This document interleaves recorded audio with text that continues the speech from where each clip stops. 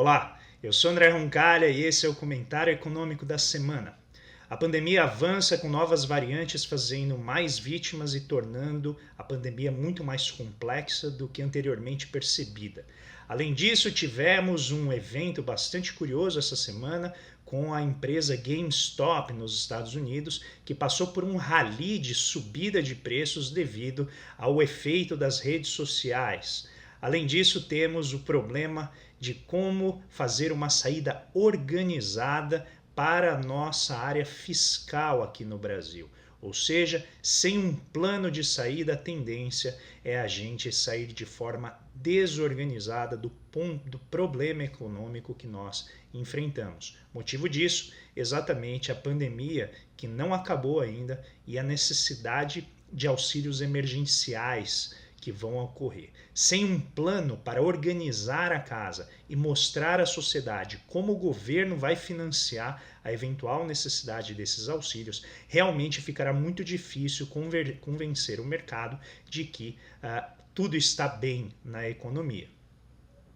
O mundo ultrapassa a marca de 100 milhões de casos de Covid-19. Em casos confirmados, o mundo ultrapassou mais de 100 milhões de casos e alguns especialistas ainda afirmam que o número deve estar subestimado por conta de problemas de testagem e também de rastreamento do vírus em algumas localidades. Em paralelo, temos mais de 2 milhões de óbitos confirmados em decorrência da pandemia e esse número deve ainda ser maior. No último dia 27, ao todo, mais de 18 mil pessoas morreram no mundo em apenas um dia, e este foi um novo recorde. A segunda onda já é uma realidade aqui no Brasil. A gente não pode esquecer que temos os dados de pandemia apenas devido ao consórcio de veículos da imprensa, que se uniu agora em junho de 2020, do ano passado, devido à ineficácia e à falta de interesse do governo em divulgar os reais números de mortes, disseram eles, para evitar histeria. Eu sei que leite condensado e chiclete são gastos monumentais no governo num ano em que a fome voltou ao radar no Brasil, mas certamente nós temos problemas muito graves que a gente também não pode perder de vista. No último dia 28, ontem, foram informadas 1.439 mortes por Covid aqui no país. É a terceira maior marca diária desde o início da pandemia. Com isso, a média móvel de mortes no Brasil nos últimos 7 dias foi de 1.064, a maior desde 4 de agosto. Os especialistas temem que as novas variantes transformem o Brasil em uma mega epidemia. Por outro lado, é importante mencionar que o Brasil já melhora o seu indicador de vacinação, com mais de 1,5 milhão de pessoas vacinadas. Isso é uma boa notícia, muito embora, como a gente tenha acompanhado pelo noticiário, esse número poderia ser bem maior.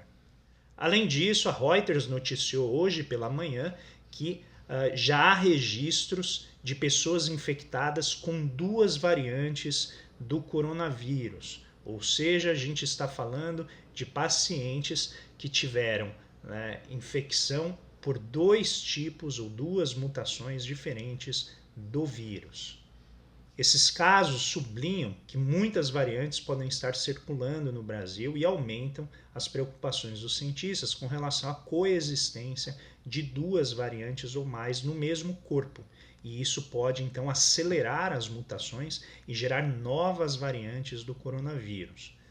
Essa semana, Angus Deaton, Prêmio Nobel de Economia, e Branko Milanovic, 2 grandes especialistas em desigualdade, analisaram em palestra que a Covid e a desigualdade em alta devem emperrar reformas econômicas que sejam inclusivas e devem favorecer a emergência de grupos extremistas no plano político. Segundo os autores, o aumento da desigualdade de renda que vai ser provocado pela pandemia da Covid vai dificultar que os países promovam uma modernização de suas economias. Segundo eles, é bem possível que os de vários países, principalmente aqueles com elevados níveis de corrupção, saiam dessa pandemia naquela retomada em K, em que os mais ricos acumulam muitos recursos por meio de de proteção de mercado financeiro e acesso a recursos financeiros do Estado, enquanto os mais pobres se vejam numa queda de renda, muito provavelmente na pobreza extrema, por conta da paralisação do mercado de trabalho e de uma série de medidas que flexibilizaram as leis trabalhistas e diminuíram e pioraram, né, as condições de trabalho. Na linha do aumento da desigualdade, o governo aqui no Brasil quer um novo programa de corte de jornadas e salários que pode inclusive usar os recursos do FAT, o Fundo de Amparo ao Trabalhador. Segundo os técnicos da área, para vencer obstáculos e a restrição orçamentária, o Ministério prepara um leque de opções para apresentar a Bolsonaro. O que são essas opções? Em primeiro lugar, os técnicos finalmente chegaram ao entendimento de que é necessário decretar um novo estado de calamidade para conseguir implementar um programa de auxílio emergencial nos mesmos moldes do ano passado. Além disso, o Ministério da Economia prevê a possibilidade de usar os recursos do FAT. O fundo ele é responsável pelo custeio do seguro-desemprego e do abono salarial, que não devemos esquecer, no ano passado foi cogitado a redução ou até mesmo a extinção do abono salarial pelo fato de ele atender a pessoas que ganham até 2 salários mínimos. Após a eleição para os comandos da Câmara e do Senado, aparecerá no tema da agenda pública uma sugestão de cláusula de calamidade pública que deve ser incluída na proposta de emenda à Constituição do Pacto Federativo. Essa cláusula vai permitir acionar mecanismos de gastos extras em situações agudas, né, principalmente como é o caso da segunda onda do coronavírus. Segundo Paulo Guedes, se a gente quiser criar auxílio de novo, a gente deve tirar dinheiro da saúde e da educação. Esta dicotomia, essa falsa oposição entre auxílio emergencial e saúde e educação contrasta com os gastos nababescos em alimentos que foram revelados essa semana por parte do governo federal. O escândalo do leite condensado e dos chicletes, que somados tem aí gastos de cerca de quase 2 bilhões de reais com alimentos, né, do governo federal, evidenciam que há muito espaço para cortar no orçamento que não seja aqueles que devidos à população, principalmente num estado de calamidade como o atual.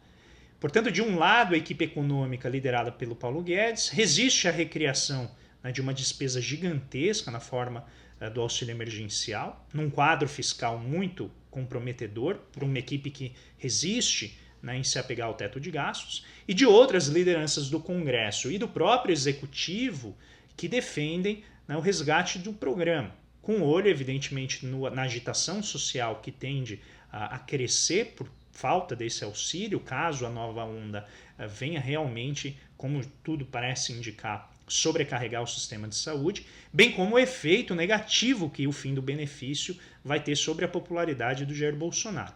Todavia, enquanto a presidência da Câmara e do Senado não for resolvida, a gente tem um passo de espera nesse sentido. Essas foram, então, as notícias dessa semana. Eu deixo para vocês um grande abraço e nos vemos na semana que vem.